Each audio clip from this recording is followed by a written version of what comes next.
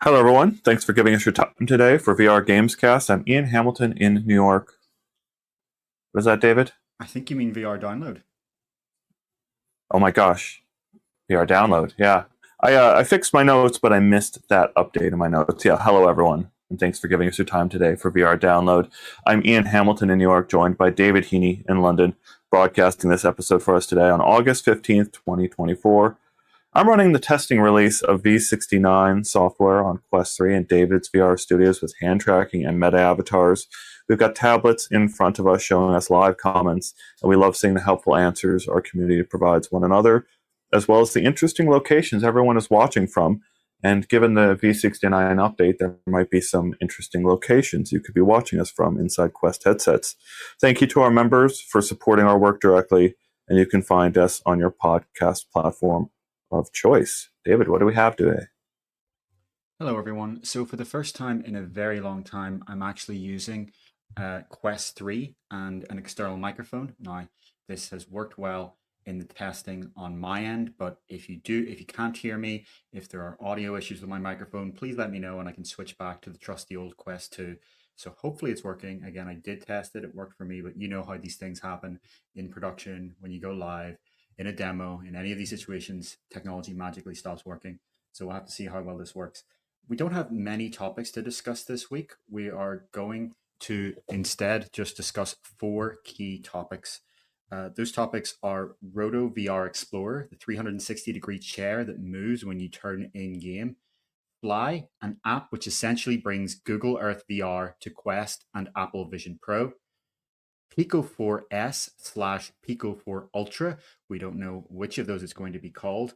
The news we have here is that even more images have leaked of it, and ByteDance has confirmed that August 20th is only the China launch date, not global. So it may take a while longer for it to reach everywhere else. Finally, we'll talk about what Ian was just referencing there, which is the V69 update, or at least the public test channel release of the V69 update, in which Quest 3 and Quest Pro can now do true multitasking. So I'm seeing that my audio is quite low. I do have it again on full. It's coming through well on my end, but I'll switch over to Quest 2 then shortly. Yeah, and I'm curious what microphone my headset is using right now. I did try to connect an external microphone on my end, a high-end external mic, the one we've used on some VR Gamescast things that I accidentally called out from my notes. Yeah, and yeah, I'm having trouble hearing David here in the studio too. So we'll try to make that work out anyways. Listen to seeing a lot of people watching us at seeing someone watching us from Shanghai, China. That's really awesome. And yeah, I'm very loud in comparison, so I can try to talk quietly so everyone can meet in the middle here, maybe. Everyone watching on I think there's a lot of people watching two windows at once right now, watching the showcase over connected to Gamescom.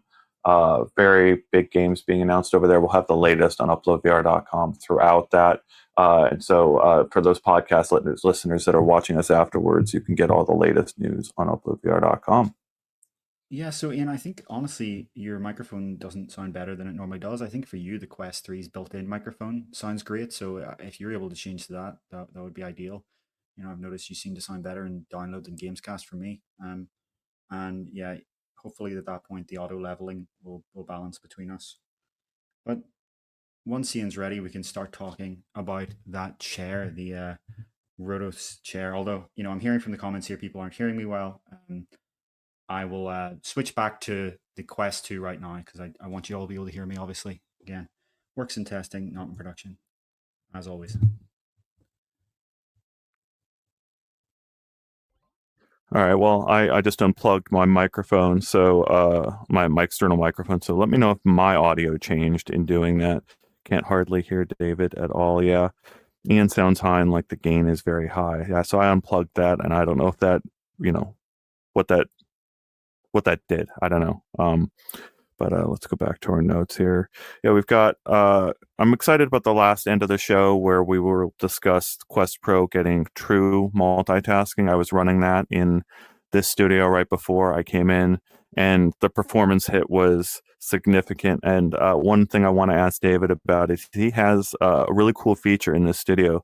He has a FPS counter that comes up from time to time, and sometimes the FPS counter gives us some really weird numbers. But I was in here with Don Hopper checking out the multitasking, and the FPS counter on our little tablets here was actually really useful for seeing how it tanked the performance of the headset to run both those at the same time. Uh, no difference. Quest 3 mic sounds better. David, how does your microphone sound? I'm back on Quest 2 now, so it should sound good. If you're not familiar with the show and our testing before, we find that with some people's face shape, the Quest 3 microphone has this really annoying plosives issue. So if I were to say words with P's, for example, Peter Piper picked pickled pepper, that the classic test phrase, you would just hear pop, pop, pop, pop, pop, pop. And that's why I'm back on Quest 2. I was using an external microphone, a high quality Rode pod mic microphone, but while in testing, the levels were fine. It seems there was some sort of issue here. But let's move on and just talk about that first topic here, this Roto chair, because this is an interesting one. I'm just going to start by saying, personally, I'm a fan of standing up, right? There is always this question in VR about what way do you prefer to turn? And some developers ask this, some influencers ask this, some just VR enthusiasts ask this. And when they make a poll on, say, Twitter or Facebook or Threads, they put two options, and it's snap turning and smooth turning. And I hate that, because there should always be a third option, which is neither. Personally, I turn by standing up and turning my body just like I would in real life. I push the thumbstick to move around horizontally, but when it comes to actual rotation, I find that it's far better to just move your body. One of the great things about it is that it means that your mind has a constant sense of direction in the virtual world. So north is always that way relative to your real room. South is always that way. And that, for me, makes me feel more immersed, more connected to the virtual world. And if you're constantly just snap turning and stick turning, you completely lose that sense of spatial orientation from your own inner ear. But that said, this is kind of a midpoint here, where when you turn, you're still sitting in the situation, but by turning the thumbstick, you're also rotating this chair and getting some haptic information, haptic feedback. So if you're the kind of person that likes to sit, but you also would like the genuine feeling of rotating, this is a very interesting solution. Of course, theoretically, you could just do this on a spinning chair by spinning, right? If you turn physically in real life in a virtual reality game, you will also spin. And John Carmack was always a big proponent of spinning chairs. It was his recommended way to use Gear VR and Go, which were entirely seated experiences anyway. This is just kind of taking that to a new level of arguably laziness, arguably convenience, depending on which side you're going to lean on in a specific product. Yeah, I'm not sold on the usefulness of tools like this. We've got some details coming out from the Omni One treadmill. We should expect to see some thoughts on that pretty soon, to really dig into the usefulness of these things we saw in science fiction, but how they play out in real life is a real question. I would be more interested in weather effects than something like this that you control with your feet, and like I just demonstrated on the show, and you said verbally simultaneous to me demonstrating it to the audience, of just a regular swivel chair gets you most of the way there for what you need. Yeah, I'm sure there are some people who want this. I can already see in our comments that there are some people that are somewhat interested in this, and they claim they have support for over 400 Quest games, including Asgard's Wrath 2 and Population 1. We'll have to see whether this has any market success. That does seem like a solid amount of Quest games to be supported. Yeah, see, I think we need a smart chair. We need a chair that helps us. I would rather see power in the chair. I'd rather see haptics. Well, some of the best haptics. It does. Well, so I would rather. So, I mean, how dynamic is it going to be, David? It's a good question. We haven't tried this out. It should just be haptic actuators along the chair that give you a sense of, global vibration in the same purpose as the PlayStation VR 2 headset has when it gives you headset rumble. It's offhand rumble. All of the haptics we get in all the headsets today, except for PSVR 2 unless you add something like B-Haptics Tac Suit is just on your hands. This is giving you a more visceral feeling. So, you get shot and you're going to feel a vibration around you. You're in a vehicle and you're in a crash, you're going to feel that. Again, that's going to depend on developer implementation a lot of the time, or I assume they just forward it from the controllers by default. But to be clear, no like heat or cooling of any kind, right? No, that's not something that's in this product specifically. Yeah, so there's a lot of innovation that can happen here. So it's an interesting idea. We could see. I guess they'll learn a lot from this. We'd be curious to see how it takes off. And then, of course, the other thing I was talking about was the standing Omni treadmill. So that's something we saw in Ready Player One depicted throughout, was this idea of running while being harnessed in midair. Like I said, I prefer sitting. It's like the long-term use case for VR. Standing gives you active games like Beat Saber and I don't know, more use of your environment. But I don't know. I want a smart chair, but it's so easy to just like comfort is the very first thing you need, and that starts with, I don't know, cooling you down when you're in a very warm VR headset. Yeah, temperature controls are an interesting one for sure. I think, this product is clear in its scope. It's just about turning you around. We even have questions here in the comments, like what is the difference between this and a normal office chair from Clayman? The difference here is that this is a motorized chair. It's the next level of laziness. You don't have to spin yourself. You move and then it spins you around. Not for me, but I'm sure there are some people that this is for. Well, let's move on to our next subject here. I wanted to get through these four subjects quickly because David has a hard stop here that we need to meet. And also these last two subjects I think are the most engaging for our audience. I do want to encourage our viewers out there to share this link out to others, get other people in there. I think the last subject that we're going to cover today is going to be incredibly useful for anyone that's trying to make a case for why you should get a VR headset in your life. But let's talk about Fly first, David.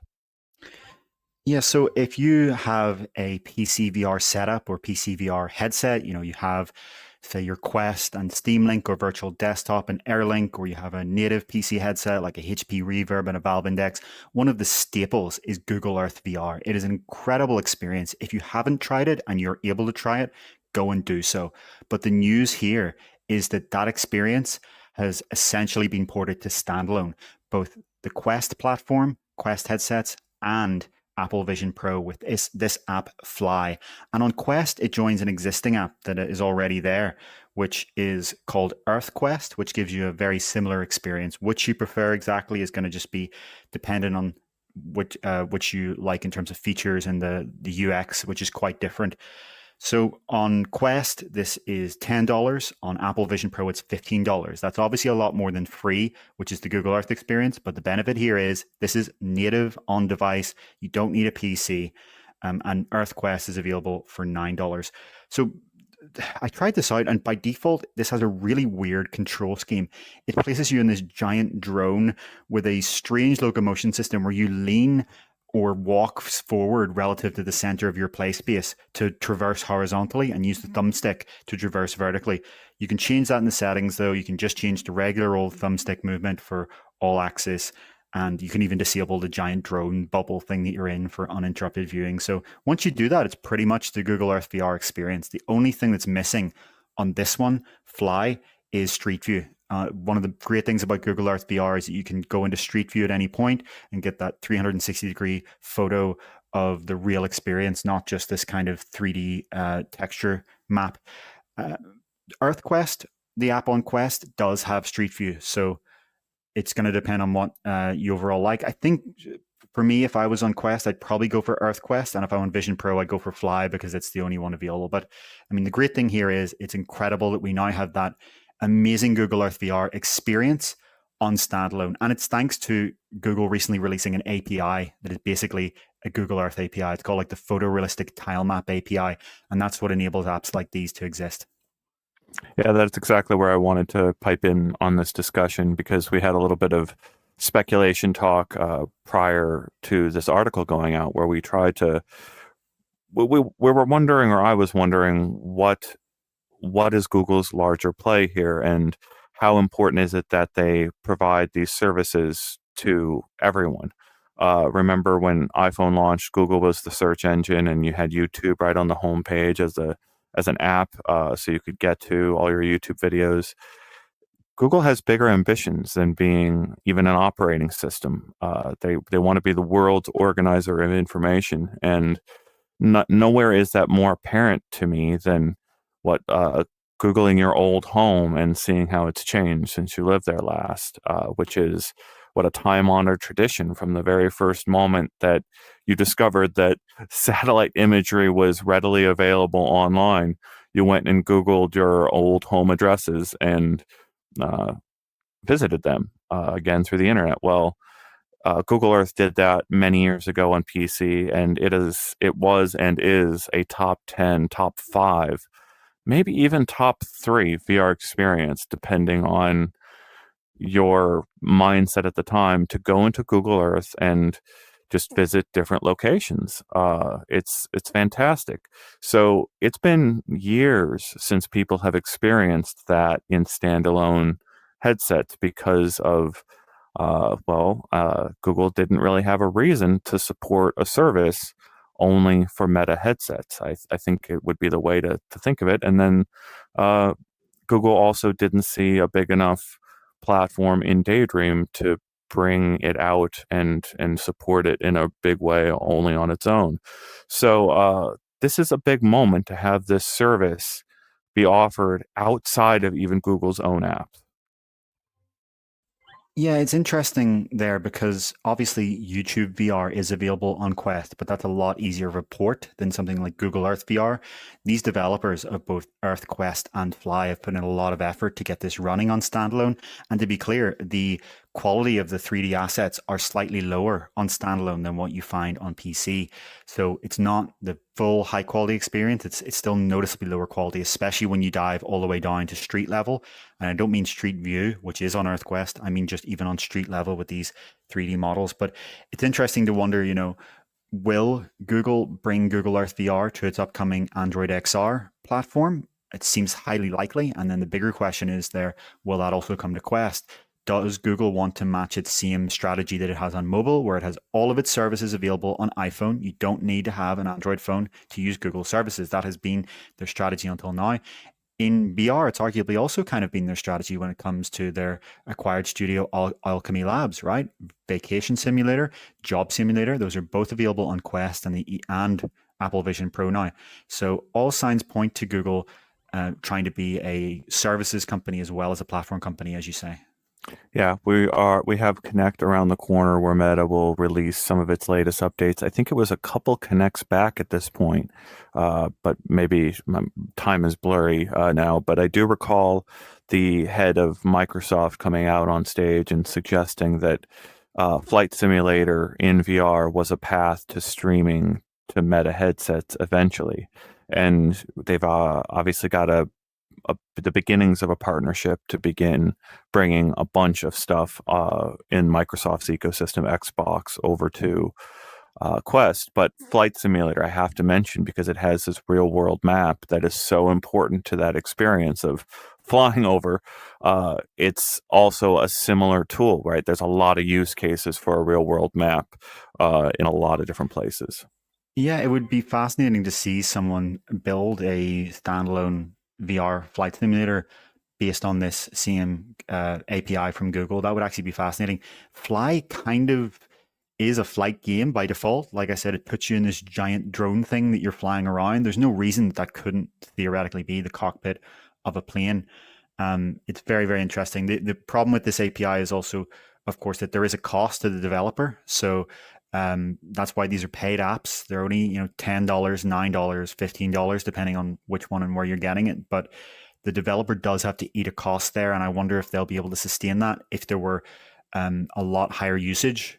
These kind of apps right now are something you dive into for maybe a few hours for the first time, and then every so often 10 or 15 minutes to look at something. If this was something you were playing continuously for a flight simulator, they might have to use a subscription payment model. But I think there are standalone users who would pay that if they had like a flight simulator light experience on standalone on their Quest or Apple Vision Pro, and maybe they would pay a subscription for that.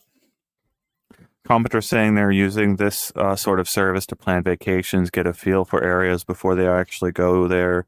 I recently saw a presentation done on a 3D display where you wore glasses, and they had a full 3D map of Manhattan Island represented inside this 3D glasses view, and then they took turns sending different times a day, different times a year on this giant screen, and you could go to the different streets of New York and see from any vantage point exactly what the sunset would look like on specific days in specific years. And it was amazing to be able to have that.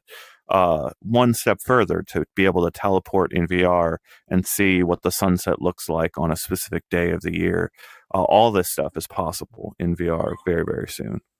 Yeah, that is also one of the key features of the official Google Earth VR, the ability to drag the sun or moon in the sky and see what a place would look like in an exact time of day due to that gorgeous real-time lighting.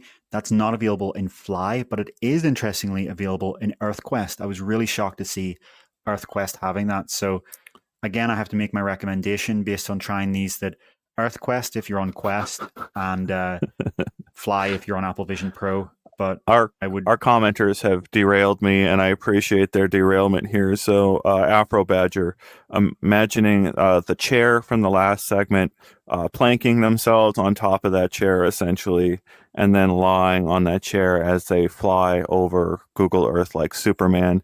And I like the idea that the chair could rotate you just like Superman, right? There have been, what was it, Flightly or Flyly? There was some experience where you flap your wings while laying down on a massage type chair set up to have this flying experience. It seems like a mode of play that would be more popular than it is. Like it's a fun novelty, a very, very fun novelty. But I like that description. We put these two stories together, and you have a Superman simulator that is pretty impressive. yeah, it's really interesting, like I was saying before, to imagine the games that you could make out of this API. That the cost is again an issue. You would have to have a subscription model probably for the kind of retention hours you would see in a game, but I think there are people who would pay for that. And I think there could be a real market for it. And we'll have to see how many other apps use this API going forward. Let's move on to this Pico 4S pair of stories. Latest news here, Pico building towards the end of this year. We've, of course, got Connect coming up in September. We've got Visor planning to show off information, I believe, for Immersed. There is, of course, new software developments coming out for Steam all the time, like they're updating Steam in various ways all the time. PlayStation VR2 just got support for PC. It is a changing time, and we are just starting to move out of summer here towards the end of the year as all of the companies are preparing to make their big push for your holiday purchase. And I think it's going to be different this year than in the past. And as we move on to story 4, right after we get through Pico here, it'll make clear. So I want to make that pitch one last time before I hand off to David here to just give us the Pico download here. Share out this link to others. And I think this next segment, as we finish off the show here, is really going to highlight for a lot of people out there why a VR headset is very useful for you in the near future. It's what we're going to see in the next few months are VR systems doing things that they could do technically years ago, but doing in a standalone form factor that makes them way, way, way more useful than they were in the past at prices that are just eye-watering, going to convince you to go purchase them. So, David, break this down for us. What is Pico doing? Yeah, so last week we also talked about Pico with the same announcement because they were just teasing this new product launch for August 20th, right? Really soon from now. What we've learned since through Pico's official announcement is that August 20th is just the China launch. And in China, at least, this headset is going to be called Pico 4 Ultra. And this is an image that was leaked from Chinese social media that we referred to last week. Simultaneously, just pretty much at the exact same time as this Pico announcement, we have leaks coming from OnLeaks, the very famous technology image leaker, showing the Pico 4 Ultra from multiple angles and its official charging case as well. So as you'll see on screen, if you're watching VR download right now, you'll see plenty of angles of this headset. And what will strike you if you are a Pico 4 owner, or even if you're just familiar with Pico 4 in any way, is that this is essentially the exact same design as Pico 4, but with two pass-through cameras on front instead of one. So, and obviously the other thing being that there are ringless controllers instead of having those big arcs that they had before. So it does look like the report that emerged back in December from the information that this is going to be just a Pico 4 refresh, not a Pico 5, is true. And I guess ByteDance revealing a name Pico 4 Ultra in China, at least, is a good indication of that. So, this has been one of the most leaked headsets ever. We have seen the name Pico 4S emerge in a Pico trademark filing. We've seen it in the Pico PC software. That to me indicates that either they renamed this thing at the last minute, or they're going to call it Pico 4S in the West and Pico 4 Ultra in China. We don't know what that exact name is. We have seen also a Geekbench result, a benchmarking result that indicates this thing will use the same Snapdragon XR2 Gen 2 chipset as Quest 3, but with more RAM, 12 gigabytes instead of 8. And we saw a South Korean regulatory filing that indicates this thing will have 6 gigahertz Wi-Fi, which means either Wi-Fi 6E or Wi-Fi 7. So it sounds like this thing is going to be Pico 4, but with the chipset and RAM switched out and upgraded pass-through with two cameras instead of one. And obviously the ringless controllers. So, a spec bump for the Pico 4 when it comes to the processing power, when it comes to the pass-through, when it comes to the controllers. And it sounds like this thing, from a specs perspective, is going to be a Quest 3 plus, a Quest 3 with just a little bit further on the RAM. If it uses the same panels as Pico 4, it'll be just a little bit higher resolution than Quest 3. And if it uses the same lenses, a little bit taller field of view. It'll be interesting to see what price this comes in at. But obviously the biggest question of all, as we talked about last week, was whether this will come to the United States. It seems unlikely that, why wouldn't they have brought the original Pico 4? If it doesn't come to the United States, this is going to be the same situation all over again, because as I said last week on the show, Pico already had, when they launched Pico 4, a massive spec improvement over Quest 2, which was Meta's only headset out there at the time. And this looks like it's going to be just a slight bump above Quest 3. If it's not in the US market and if they don't have content, it's not going to matter on the standalone front. But based on everything I'm seeing so far, it looks like this could be an excellent PC VR headset for people who want that slightly taller field of view, that slightly high resolution. Perhaps if this thing has Wi-Fi 7 to get that extra bit of Wi-Fi, and then obviously for people who just don't want to support Meta. I saw it joked last week in the comments, race to the bottom, wee, is what this kind of feels like when they imagine what's going to happen over the next few months. This comment this week saying, my work does not allow TikTok on any system that I do any work stuff on. I cannot see myself ever owning TikTok related hardware. That is going to be the headwinds for Pico this time as well. What regulatory risk do they have? There is a presidential election on in the United States, massive global news events unfolding in multiple regions all at once, with news coming in every direction. And at the center of it all is concern over TikTok and how its algorithms can shape public thought. That's a lot to have all happening in the same time period as a couple product launches here that are going to put many cameras in many homes all over the globe. So we're going to have to see how that all unfolds, how any of this fits into the next few months. Like, I can't imagine if that's a good thing or a bad thing. If it would be positive or negative for the effort of getting something through without regulatory stoppages. Is an election helpful to that, or is it hindering to that? I don't know. Yeah, I mean, one thing that seems to have been memory hold, and correct me if I'm wrong, but the bill to force Pico to either divest or be banned in the United States passed, did it not? I mean, that is a reality that by early next year, Pico has to either sell to a non-Chinese company. Sorry, not Pico, TikTok.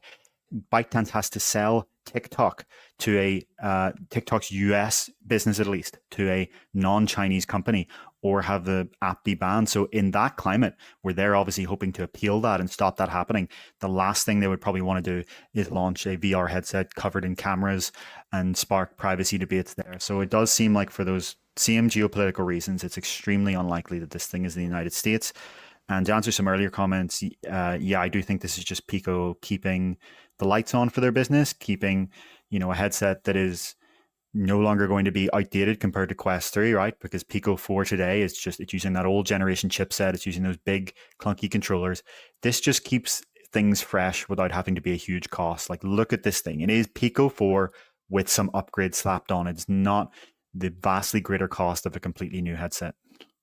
Yeah, well, the problem I have with that, that framing seems to underplay it, even though I think what you're describing is also what Quest 3S is expected to be in some ways. So, like a honing of what they were doing before, but at a lower price. Where I'm going to go with that is price, David. What what matters?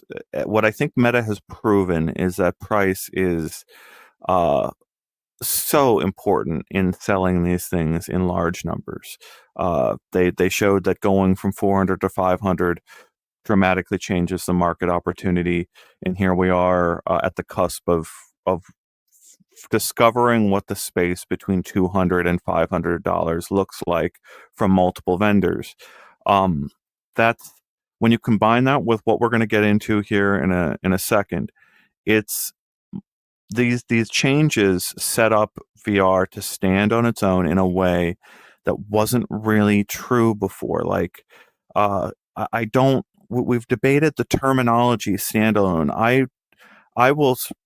Apple Vision Pro is arguably not a standalone headset to me because of its external battery. Like I'd hate that any external hardware whatsoever is required to run a standalone VR headset, and that includes controllers. We're at the cusp of these headsets just responding to your hand movements, and then you've got the freedom to bring in uh, dozens of different accessories in different ways to these devices, and it's going to be a huge thing when you combine it. Like, we haven't seen any of that previewed from Pico. We've only seen it from other systems right here, and it's going to be across the board by year end. All devices are going to connect to all the things around them in beautiful new ways that you thought were science fiction before, but they're going to actually be possible in these headsets.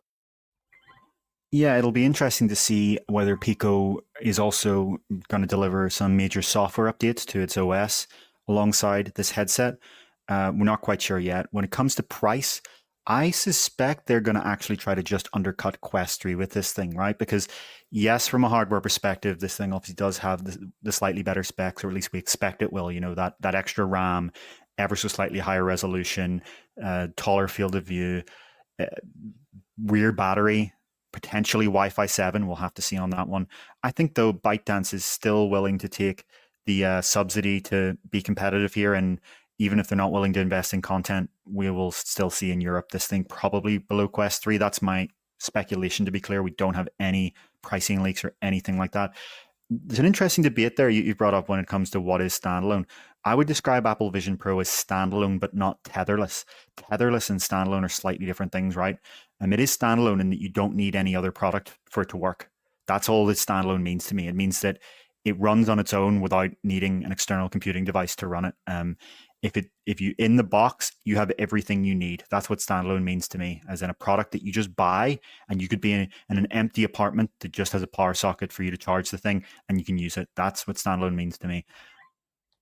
Well, I think it's a good time to transition to our final subject here, as it will wrap together with the previous ones really nicely. I love our discussion today. I want to encourage our commenters one more time, our viewers out there quietly watching us, to share this link out to your coworkers, friends, family, anyone curious about VR. we try to be a very inviting place to explain the basics of VR in digestible ways. We want to talk not down to you, directly at you, where you are in your place, coming to us seeking information, and that can mean uh, really basic questions to some people and really complicated questions to others. So thank you so much to our commenters for sticking with us on this journey. And as we move on to this final subject, I think a lot of the benefits of VR are going to make clear. But let's talk about these comments first, David. Yeah, there's one comment here I can't believe we missed, because it's exactly what we were talking about earlier. So FreeSky542 says, I'm a developer of glider sim, hang gliding, and paragliding sim, and working on implementing Google Earth's tile text as we speak. Might be a separate subscription-based title, though. So that's fascinating to see that exactly as we were speculating, there is a developer here in our comments working on building a game that takes place in the real world using that Google Earth API tech. And they're saying, just as I was speculating, that they might have to have a subscription there because of that API cost. And yeah, it'd be very fascinating to see that. Please do use our contact form on UploadVR to send us details about that once you're ready, or you can email tips@uploadvr.com, whichever one of those works best, because we would definitely be interested in covering that. Yeah, more than cover it. I mean, we do have our own showcases planned for the future, and games like that would be a wonderful candidate to include in our showcases when they come up. So, yes, like David said, reach out to us at tips@uploadvr.com if you're working on anything interesting, and we'll also would love to consider you for a showcase at some point. Yeah, I'm ready to talk about this, David, because this is a very, very long time coming. It broke in the testing release V69 while you were off last week, and I spent a good portion of my day, my weekend, messing around with multitasking in every way, shape, and form I could possibly imagine, because I want to understand how this works on the Quest ecosystem. David, why don't you summarize this for us before I go off on my experience? Sure, yeah, I'll just quickly summarize what we're talking about here, and then Ian can dive a bit deeper into this. So, if you're on a Quest headset, you've technically been able to do something called multitasking for quite a while, for years. But what that meant until this was that if you're in the home space, you could have three 2D apps running at the same time, like as if you have triple monitors. And recently, as we talked about in the V67 update, they changed that so you can pull out three extra windows and have up to six 2D windows in the home space. But once you went into a VR app, the concept of multitasking mostly faded away. What you could do, and to be clear, what you can do right now with the current public software is bring up one 2D app while you're in VR. So right now, I can bring up the browser. Because right now, you'll see that the app has kind of lost input focus from me, our virtual studio, because I am in the browser. But if I want to come back in and interact with this app, I have to then close the browser and come back into this app, and I can no longer see the browser. So that's the change here with this seamless multitasking that we're seeing in the public test channel release of V69, the next Quest update set to arrive. That no longer do you have to close the browser or whatever other 2D app you had open to go back in to your VR app. You can keep that browser window open, or YouTube, or Ian will talk about many of the other potential possibilities, and just go and bring your hands over into the VR app space and continue to play. So in Ian's article, which you should go and read, he has footage of this where he's in Demio and he's moving around the pieces while he has this emulator streaming from his PC. But that could be a YouTube app, right? You could be playing VR golf and have a YouTube video beside you that's following you around everywhere on the course you go. There are so many potential possibilities here. It could be a game guide, right? A walkthrough if you're stuck in something. It could be Discord, so you can keep up with your messages. It could be, a live stream of some sort. There are so many potential use cases here, and this is true multitasking. Meta calls it seamless multitasking, but I think the colloquial and better name for this would be true multitasking. Yep, and I'm seeing our commenters remember Oculus Dash. I have multiple editorials that are halfway written to try to really qualify and quantify the importance of this change and what it means, because as our commenters are pointing out, Oculus Dash was there years ago doing this. Virtual Desktop mentioning the ability to access your displays years and years and years ago. And of course, Steam VR itself being a leader here in letting you bring along a screen with you in VR. But now you have cut the tether. We are doing this standalone. You are doing this on the compute inside the headset. It is we use the term game changer on Gamescast to talk about this, but it is that it fundamentally changes everything to be able to do this. To give an on the like the example that I've been playing with all weekend long, trying to see what I can do, is Stardew Valley. Stardew Valley is one of the most played games in the world. It's one of my favorite games personally. If you play that game on a Steam Deck, the amount of real estate that you see into your farm is about this big. It's a small little like cell phone size window into your farm.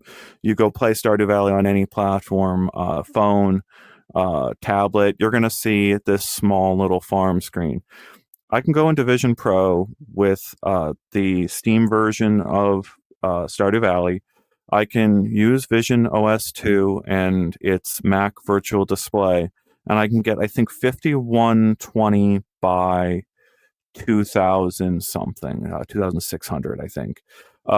It presents it as this 5K image with my entire farm from top to bottom presented in glorious high resolution inside Vision Pro.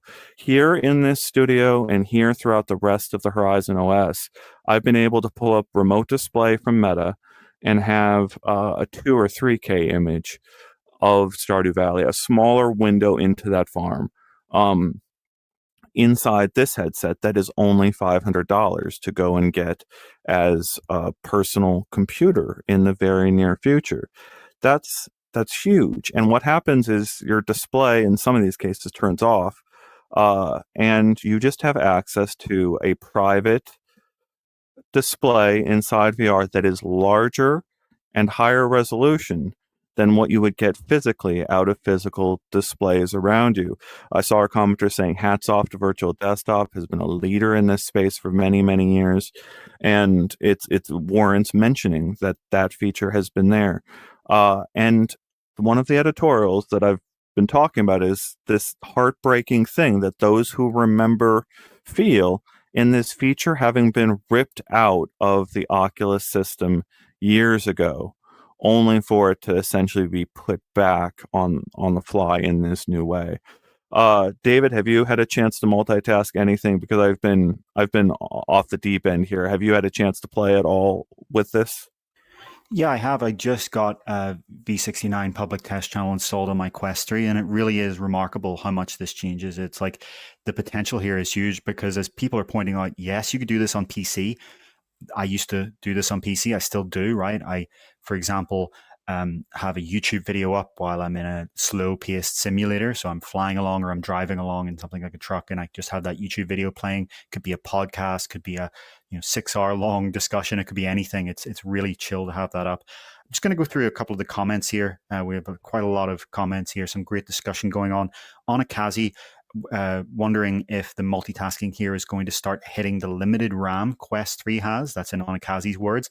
I think that may be the case here. I think Meta may in the long term regret going for 8 gigabytes. So if you're not aware, Quest 2 had 6, Quest 3 has 8, and Quest Pro has 12.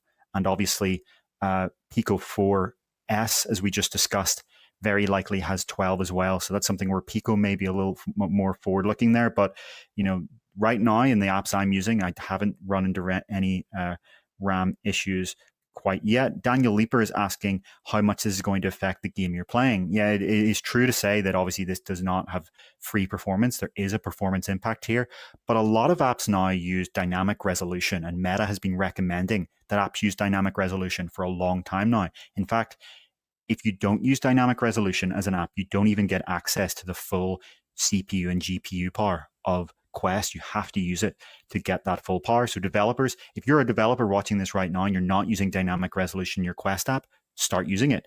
What that means in practice is that when you do have a 2D window open, maybe the 3D app you're in slightly lowers its resolution to match, and then you do get still decent performance. That's the kind of systems architecture we see here, of the system telling the app what kind of performance it has ready to do. Some people are pointing out that background audio has been a thing for a while, so you could have Spotify or Discord audio in the background, and now the difference is you could keep a music video up as well. Jonas is making a great point in saying there's still no depth integration on the pinned window, right? So if you place a window further away, your stuff in game will not occlude the screen correctly.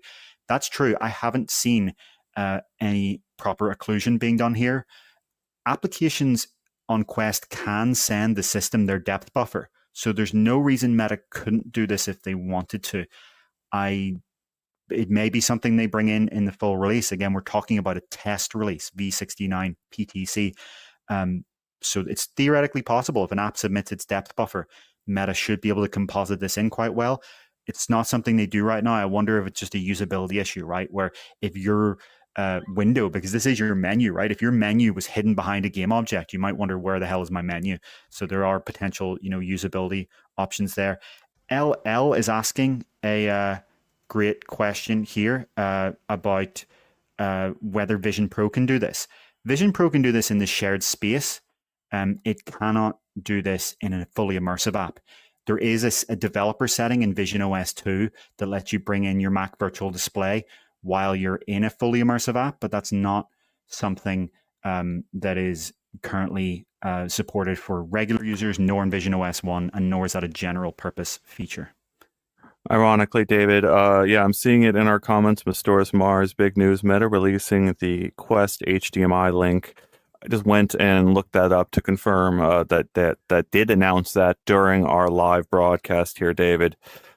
Big deal to have that announced in pairing with this feature that we were just discussing. I can't wait to get that up and running. This is a wired link to HDMI-based devices. If you get an HDMI out signal from your device, I think you can port that into your Quest wherever you are now. We're going to dig into that. We'll have an article on UploadVR.com as soon as we can digest that. But the fact that we're live with news of that magnitude breaking adds more fuel to the fire that someone at Meta watches us and chooses now to watch our reactions live on the broadcast, because that is a big one to have open up. It pairs with a ton of my experiments over the last 6 months with Vision Pro and emulation and stuff. There's a lot of really, really cool, ridiculous things you can do with an HDMI connection that ports from a USB-C connection across various devices, and it sounds like Meta has embraced that in a really, really big way. So I can't wait to dive into that. Sorry, we'll have an article on UploadVR.com about the HDMI thing as we unfold it. But the idea is it's a link between your headset and devices that when you pair it with multitasking, you're going to be able to do even more with your Quest headsets in the very near future than what we've outlined here.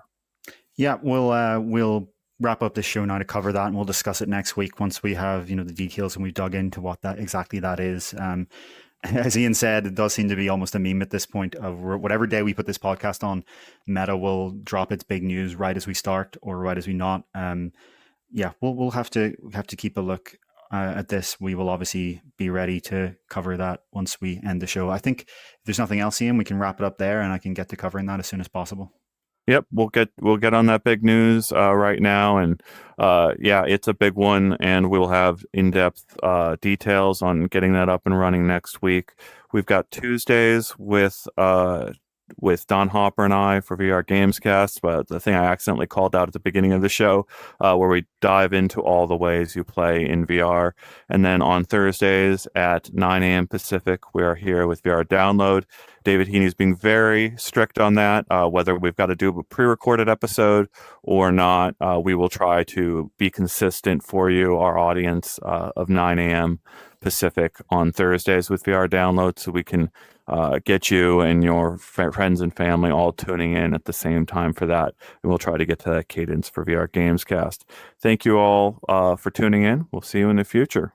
Thank you so much, folks. We will see you next week at the exact same time, Thursday at 9 a.m. PT. That's our time. That's when we will be streaming. So thank you, everyone, for the discussion. Great stuff. I'm now going to go and cover that news. I'll look in to see exactly what it is. Thank you, everyone.